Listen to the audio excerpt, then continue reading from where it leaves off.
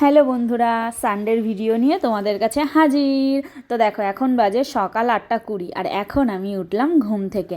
সোম থেকে শনি আমার সকাল 6টার মধ্যে ঘুম থেকে উঠতে হয়, আর এরকম সময় আমার রান্নাবান্না কমপ্লিট হয়ে যায়। কিন্তু এই সানডে একমাত্র দিন যেই দিনটা আমি 8:30 9টার সময় ঘুম থেকে উঠি, একটা দিন রেস্ট পাই, কারণ বাবুর স্কুল থাকে না, বরমশাইয়ের অফিস থাকে না। তো যাই হোক, আজকে আমাকে বেরোতে হবে, বাবুর প্রোগ্রাম আছে। তারপরেও কেন জানি না আমার সকালে একদম ঘুম থেকে উঠতে ইচ্ছে করেনি। এখন এই 8:30টার সময় আমার ঘুম ভাঙলো। তো ভাবলাম চলো সকাল থেকে সন্ধে পর্যন্ত পুরো ভিডিওটা তোমাদের সঙ্গে আমি আজকে একটু শেয়ার করব। ভ্লগ ভিডিও তো সারাদিনে কি করি না করি একদম বানানো হয় না, তাই ভাবলাম চলো শুরু করে দিই। তো দেখো, এখানে কথা বলতে বলতে 9:15 বেজে গেছে, আর আমি সমস্ত কাজ সেরে স্নান করে বেরিয়ে এসেছি। তো আমার স্নানও কমপ্লিট হয়ে গেছে। তো এদিকে দেখো, বাবুও ঘুম থেকে উঠে পড়েছিল। তো ওকে বলেছিলাম চল বাইরে একটু রোদ্দুরে গিয়ে বস। এদিকে আমি জামা কাপড় কেচে একবারে রোদ্দুরে মেলেও দিয়েছি। তো চলো, এবার আমার কাজ হচ্ছে পুজো দেওয়া। পুজো কমপ্লিট করে রান্নায় বসতে হবে, কারণ আজকে আমাকে বেরোতে হবে তাড়াতাড়ি। এদিকে দেখো, আমার পুজো কমপ্লিট হয়ে গেছে।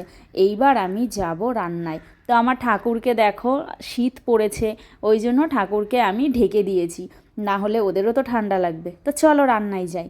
রান্না এখানে দেখো আমি ভাত বসিয়ে দিয়েছি, আর এখানে ডাল সিদ্ধ বসিয়ে দিয়েছি ইন্ডাকশানে।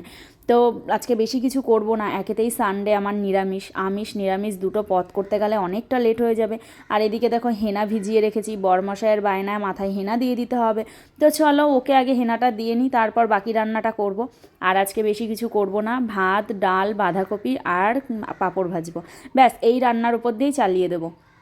এদিকে আমি পুচকেটা ঘুম থেকে উঠে পড়েছে পরেই একবারে ফ্রেশ করে ব্রাশ ট্রাশ করিয়ে স্নান করিয়ে দিয়েছি।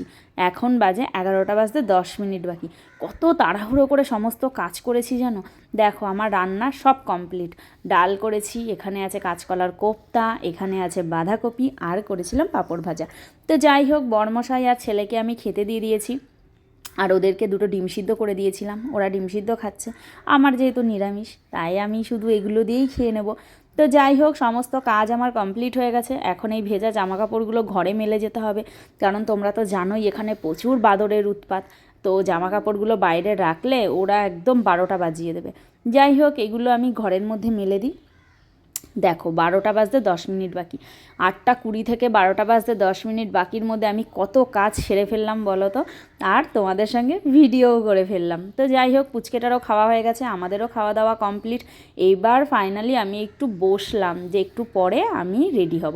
জাস্ট রেডি হওয়াটাই কাজ, আর কোনো কাজ নেই। রেডি হব আর বেরিয়ে যাব।